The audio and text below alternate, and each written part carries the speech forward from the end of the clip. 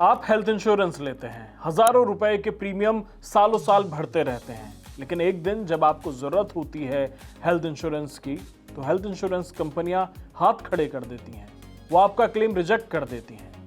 Health insurance company आपके साथ एक बहुत बड़ा स्कैम कर रही है। अगर आपने भी हेल्थ इंश्योरेंस कंपनी से प्रीमियम लिया है तो ये जानकारी आपके लिए बहुत जरूरी है।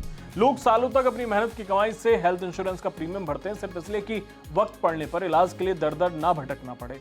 लेकिन जब अस्पताल के बेड पर लेटा मरीज जिंदगी की जंग लड़ रहा होता है, तब इंश्योरेंस कंपनी की तरफ से क्लेम रिजेक्ट कर दिया जाता है और ये ट्रेंड तेजी के साथ बढ़ रहा है। रिजेक्शन के साथ कंपनियां वजह बताती हैं कि मरीज को इलाज के लिए अस्पताल में भर्ती होने की जरूरत ही नहीं थी, ये इलाज तो घर पर या ओपीडी में भी हो सकता था। आज हम हेल्थ इंश्योरेंस के उस एक्सक्लूजन स्कैम की परतें खोलेंगे जिसे सस्ते प्रीमियम के चमकदार विज्ञापनों के पीछे छिपा दिया जाता है। वीडियो में आखिर तक बने रहिए।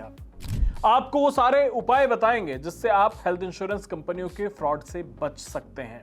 दोस्तों, हमारे देश में आज एक बहुत खतरनाक ट्रेंड चल रहा है कि डॉक्टर जिस मरीज की हालत देखकर और रिपोर्ट जांच कर अस्पताल में भर्ती करते हैं, उनके क्लेम को बीमा कंपनी के मैनेजर रिजेक्ट कर दे रहे हैं। यह न केवल मरीज के साथ धोखा है बल्कि पूरी मेडिकल साइंस की इंसल्ट है। जब आप हेल्थ इंश्योरेंस कंपनियों से इंश्योरेंस खरीदते हैं तब उन कॉन्ट्रैक्ट्स की ऐसी भाषा लिखी जाती है जिसे समझने के लिए आपको वकील बनना पड़ेगा। ऐसे टेक्निकल और जटिल शब्दों का इस्तेमाल किया जाता है जिसे हम और आप बिना पढ़े ही साइन कर देते हैं। अगर हेल्थ इंश्योरेंस कंपनियां आपके साथ भी धोखा कर रही हैं, आपका क्लेम देने में आनाकानी कर रही हैं, तो आप जान लीजिए कि कानून आपके साथ है। कई केस हाई कोर्ट्स में, जैसे सुलभा प्रकाश बनाम न्यू इंडिया इंश्योरेंस के मामले में, अदालतों ने साफ कहा है कि बीमा कंपनी के पास कोई मेडिकल विशेषज्ञता नहीं है कि वो डॉक्टर के फैसले को चुनौती दे सके। अदालत का सीधा मैसेज है कि अगर डॉक्टर ने कहा कि भर्ती होना जरूरी है तो वही आखिरी फैसला माना जाएगा। लेकिन कंपनियां इन फैसलों को रद्दी मानती हैं। क्यों? क्योंकि उन्हें पता है कि 100 में से 90 लोग कोर्ट कचहरी के डर से चुप बैठ जाएंगे और इसी चुप रहने का फायदा ये कंपनियां उठा रही हैं। बात करते हैं इंश्योरेंस कंपनियों को रेगुलेट करने वाली संस्था IRDAI की। IRDAI की लचर व्यवस्था बीमा कंपनियों के इस खेल पर अंकुश लगाने में असफल साबित हो रही है। शिकायत करने के लिए IRDAI का बीमा भरोसा पोर्टल तो है, लेकिन वहां से भी समाधान मिलने में समय लगता है। जब तक कंपनियों पर भारी जुर्माना नहीं लगेगा, जब तक उनके लाइसेंस रद्द करने की चेतावनी नहीं दी जाएगी, तब तक ये मनमानी बंद नहीं होगी।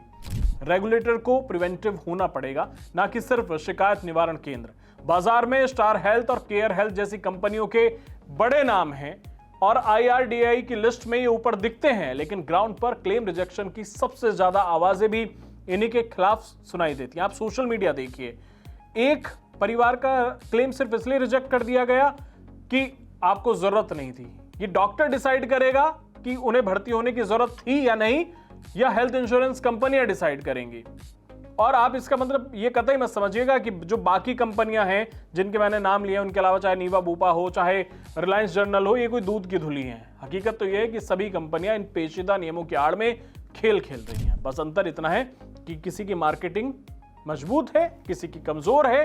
जिसकी मजबूत है वो दबा लेता है, जिसकी कमजोर है उस पर सवाल उठने शुरू हो जाते हैं। लेकिन इस हमाम में सब नंगे हैं। हम इस वीडियो के माध्यम से इंश्योरेंस कंपनियों को रेगुलेट करने वाली संस्था IRDAI के सामने कुछ ठोस चीजों के सुझाव कह लीजिए, आप मांग कह लीजिए, वो हमारी एक सिफारिश है कि पॉलिसी से वो क्लॉज हटाए जाएं जो कंपनी को डॉक्टर के निर्णय को ओवररूल करने की ताकत देते हैं। दूसरा यह कि मरीज के भर्ती होने के 1 घंटे के भीतर कंपनी को साफ करना होगा कि क्लेम मिलेगा या नहीं, क्योंकि डिस्चार्ज के वक्त नया बहाना बनाना क्रिमिनल ऑफेंस माना जाना चाहिए। और कई बार ये होता है कि अगर कोई कंपनी बार बार OPD बेसिस का बहाना बनाकर क्लेम रिजेक्ट कर रही है तो उस पर सख्त आर्थिक दंड लगे।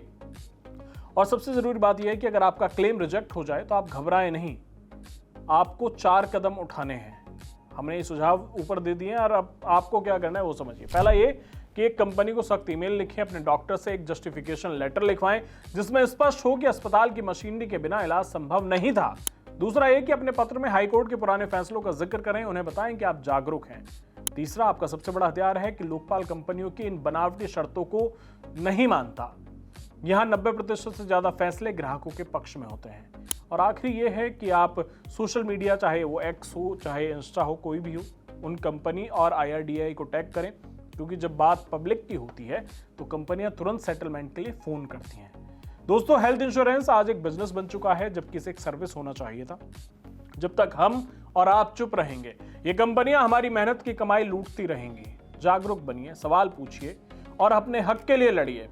और सरकार से भी ये गुजारिश है कि जो मिडिल क्लास का बंदा नहीं ले पा रहा है आपकी सुविधाओं का लाभ, वो अपनी जेब से पैसा खर्च करके इंश्योरेंस ले रहा है, तो उसकी इतनी मदद तो करिए कि वो अपनी मेहनत की कमाई जब उन्हें प्रीमियम के तौर पे दे रहा है, तो जब उसे जरूरत पड़ती है तो वो रिजेक्ट ना कर पाए।